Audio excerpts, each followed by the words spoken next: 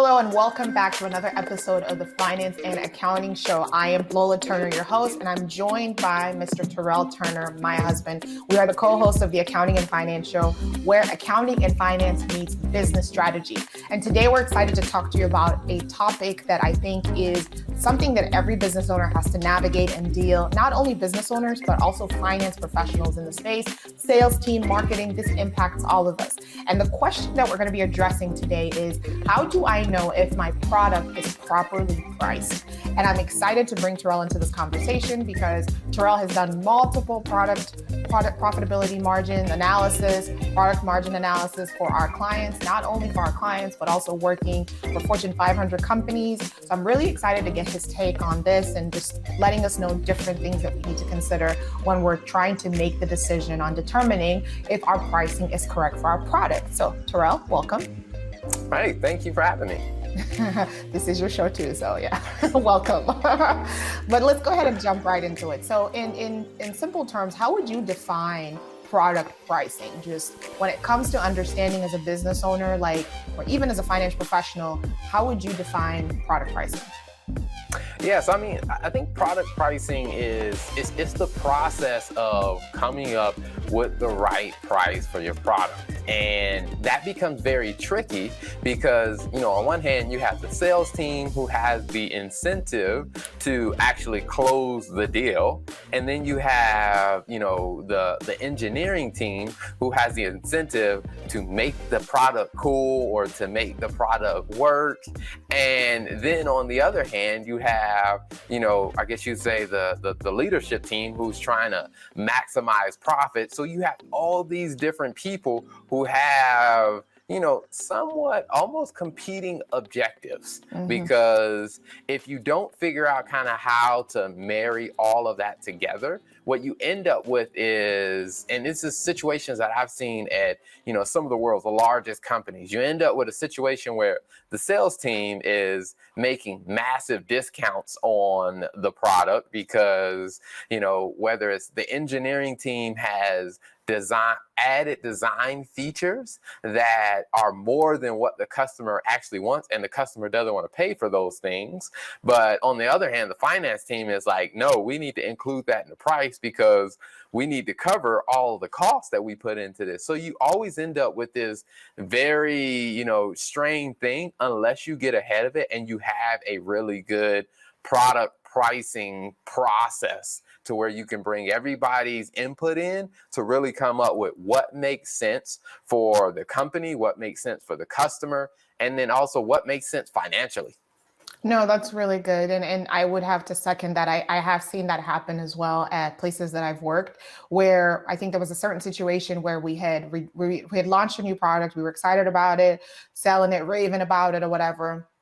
And unfortunately, the marketing team had made some assumptions about what was going to yield, the yield that we were going to get on the margin we were going to get from these products. But when we started selling them and we had already had a predetermined pricing that we were giving to our distributors, that was not factored into the analysis before we launched this into the market. So we were making, I think the original expectation was that we would be making like a 35% margin on this product. We ended up basically being somewhere to like 15%. There were things that had changed in the process that weren't accounted for as they were going through the process. And so we found ourselves in a situation where basically when we started out the analysis, when we started out launching the product, we basically had taken and made certain assumptions. And then at the end of the process, those assumptions had changed. And what ended up happening is our gross margin and our product margin was actually impacted. So that's something that I would definitely agree. Now, in your experience, this is a problem, like you said, that happens at Fortune 500 companies, but also for mid to small businesses. What's some of the common mistakes that you've seen that kind of lead to mistakes like this, where there's a variance between maybe the expectation of what they thought they were going to make from selling the product versus what they actually saw? I think the first biggest mistake that I see over and over again is people just don't know how much it costs to actually, make the product or to provide the product. And that sounds basic, but you will be surprised at the number of people that you talk to and they'll tell me, like, especially when I'm working with small business, they'll say, well, this is the price that I charge. And I'll ask, well, how much does it actually cost you to provide that? And they Mm, have no idea. So I'm like, well, how do you know if that's a good price for you or not? And, and they usually don't. They're like, well, this is the first price that I came up with. And mm, I think that that's probably problem number one. okay. And it gets even, that even happens at bigger companies now. The reason why it tends to happen at bigger companies is because the people who are actually selling the product are so far removed from the people who are actually making the product that the salesperson may be sitting in a corporate office or a sales office, and the products are being made by different facilities or across multiple countries, or maybe in the same country, but they're not happening in the same place. So the people who are generating the cost are not talking to the salespeople. So you have this communication gap. And I would say not understanding how much something costs is probably the biggest issue that I've seen when it comes down to product pricing. That's a really good point. So for someone who, and I think these apply across the board, what would your advice be to, small to medium-sized businesses or even financial professionals who are like, I have the ability to maybe influence and be part of the conversation initially while we're going through product launch? What would be your advice? Like, what type of questions, what type of things do they need to consider as they go through the process of trying to launch a new product?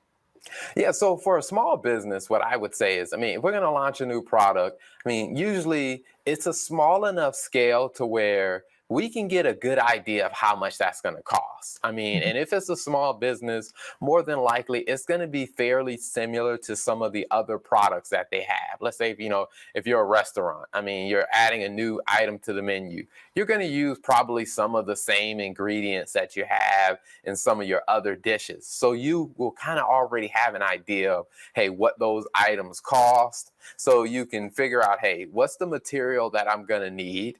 And then also add some type of estimate for labor, because that's another big piece that a lot of people leave out, is the labor that it takes to put it all together, where they may include the cost of the material, but they're not factoring in where you're going to have to pay someone to either put that together or to make the recipe, or you're going to have to pay someone to move it and ship it. Like, you want to make sure all of that cost is in there, because you're going to have to pay that cost. You just want to make sure that it's already incorporated into the price, so that your business is in a positive cash flow position, because you're being funded by the sales of the product. That's good. That's good. So I would say, what about as in a situation where you have someone, like, for example, the example that you gave about the restaurant, and I know you've worked with a lot of clients in that space, is when you think of, okay, I already have the products, I'm already selling the products, right? So it's not like I really have the ability to, I didn't do this due diligence before I launched it. So what would you recommend of kind of going through that process of, hey, do they, how would you recommend that they do that? Is Yeah, so evaluating that. there's a couple strategies. The first thing is, let's just actually go through it. Like, okay, you didn't do it on the front end. I get it. I understand. Maybe your accountant that you had didn't advise you to do this on the front end. You know, hey, there's water under the bridge. Let's see what we can do now. And let's lay it out. Let's write it out. What are the products that you sell? Or let's just take the top 5. And then let's look at what's the price that you charge for those. And then let's do a deep dive. Let's see, what does it actually cost you to provide those products? And then we can kind of see what's your gross margin. And if you divide the gross margin or the gross profit by the revenue, you're going to get a percentage number. So you'll know kind of what percentage they fall in. So you'll be able to see which ones are low, which ones are high. Now, if there are some that the margin is too low, what we can then look at is, well, what if we took the price up by, let's say, at 10%? Typically, if you're doing kind of numbers like a 10% increase, that's usually something customers can usually afford to pay, or customers can stomach. Or if you run into a situation and you say, well, customers are not willing to pay any more for this, then I would say, okay, let's do a little bit deeper and let's figure out what features do the customers really, really want, and what features can they live without? And if Mm. there are some features that they can live without, let's take those out of the base level product and give them just the basic level of what they want. Because by taking some of those features away, it's gonna, bring the cost down, which is gonna allow you to, improve your margin. And then if there are some customers who really, really like those features, just create let's say you have a base version, you have a medium version, and you have a premium version. So then you can actually upcharge for those extra features. And the customers who really want those, more than likely, they'll be able to afford to pay the upcharge. And that way you start to kind of fix something that, that you didn't catch before you launched the product, but you can start getting smart about, being able to improve your margin without losing your customers. That's really good. Now, is there a certain percentage of gross margin that you would recommend? I know it varies depending on the industry, but to you, I guess across maybe like, let's say with a restaurant, what would you consider to be a healthy margin in terms of their products overall? Yeah, so for some of the restaurants that I've worked with, I mean, on the gross margin side, it's something like 60%, and then and pretty much, I mean, what that simply means is you take the price of your food minus the cost of the food, whatever's left over is the gross profit, and you want to make sure there's enough gross profit to cover your employee costs, to cover Mhm. the rent, to cover like the cleaning, all the other operating expenses. You want to make sure there's enough gross profit being created that you can cover all those expenses and have something left over at the bottom line for the owners of the business. So one of the things I've seen with some restaurants, it's 60%. And then also with some marketing agencies that I've seen, their gross margin can be something like, the 50% range or mid 50s is kind of what I've seen. Now, when you get to like companies like SaaS companies or tech companies, you're looking at like, 80, 70 and above. If they're really advanced SaaS companies, you're looking at 80 plus. I mean, because the idea of a software as a service company is that, once the software is created, you can sell it to, like, for example, like with Netflix. I mean, it's not like every time you add a new subscriber to Netflix, you have to incur additional costs. So Mhm. their gross margin should be really high because they create the product once and they just give a new customer access. So the more customers you get, the more that gross margin goes up when you're a SaaS company. No, that's really good. So I think that's a really good example, a really good point. So thank you for that. The other thing that I like that you mentioned is just really thinking about the fact that your P&L doesn't stop, or your income statement doesn't stop at your gross margin. You have a bunch of other costs that you need to consider when it comes to running your business that you need to account for, because at the end of the day, you want to make sure that your profit and loss statement is actually profitable and that you're making money and not losing it. And then you can take that money and put it back into the business. Another thing that I would say, just as an example, so if I just kind of go down the list, what are some, because I think there is sometimes confusion between what actually is considered part of my product cost. And it may vary depending on what industry you're in. So I just want to go through like a couple of examples. And if you could just tell me in those specific industries, what are some of your Mhm. quote unquote product or services costs that would be associated with that industry? So if we start, for example, with restaurants, so what would you say are your product costs related to what you're providing? Yeah, so I would say the actual cost of the food, whatever shipping, delivery costs related to the food, and then I would also say, all of the ingredients that go into the recipe, and also I personally would include the cost of, the cooks. The ones that are actually making the food, I would Mhm. include all of that cost into the cost of the actual product. Got it. Got it. Okay. What about in like a SaaS situation? I know you just talked about with in that space. Yeah, so in a SaaS business, I mean, of course, the hosting, whether you're using, whatever web or server space you're using to host the software. I would definitely say whatever. If you have, let's say you have a product delivery team, like that team, their job is to get the product to the customers, or their job is to install the product on the customer system. I would also say your customer support team, like the people who are actually there helping, constantly troubleshooting the product to keep it operational. Like, so those people that are doing that.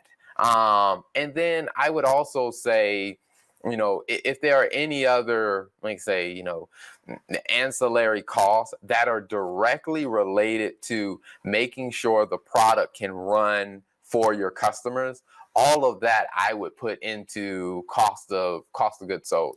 Okay. And then the last one I have is, what about if you own a marketing firm? What would be some of those costs affiliated with the creation of your services in this case, or product? Yeah, so for a marketing firm, I would say, again, if you're hosting your client's data on some type of server that's directly tied to the product, not necessarily your personal server to back up your company's data, but things that are directly related to the customer.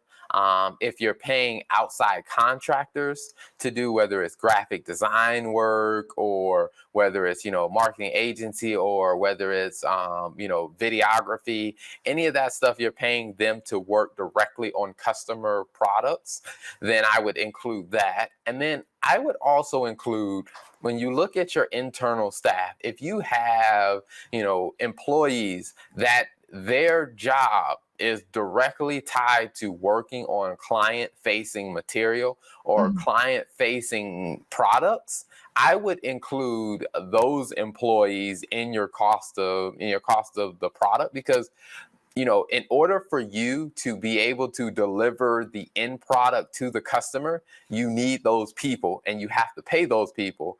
And they're unlike, the people who do like business development and back office stuff.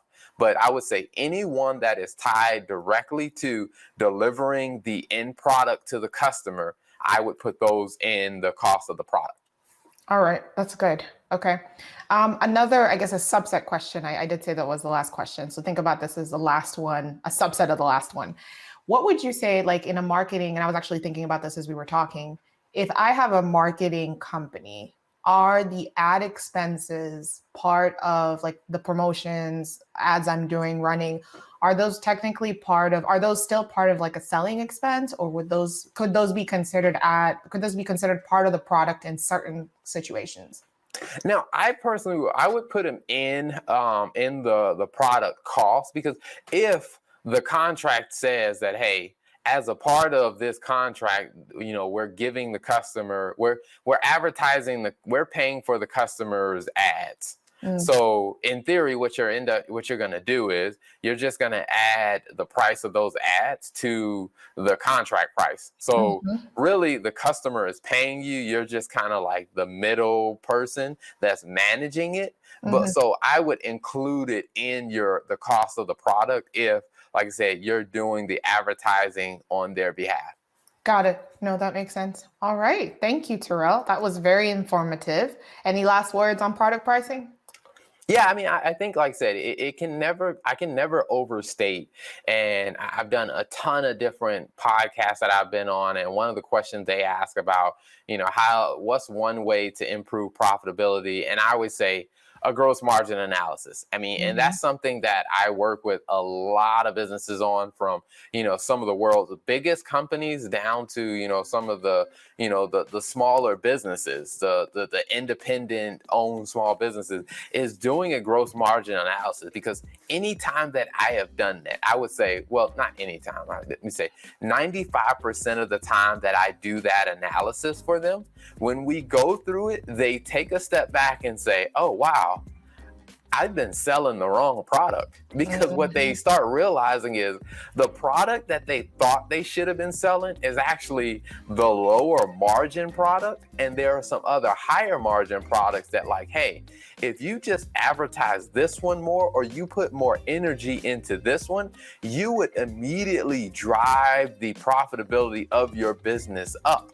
And when they start looking at it that way and they start thinking that way, that's where they really start to see a lot of progress and a lot of growth, when they start really breaking down their gross margin analysis. So it's something that a lot of businesses hire me to do a gross margin analysis for them, because they see the value when you actually have that data in their hands. That's good. That's good insight. And yeah, that wraps up our episode on product pricing. Thank you guys so much for checking out another episode of the Finance and Accounting Show. Until next time.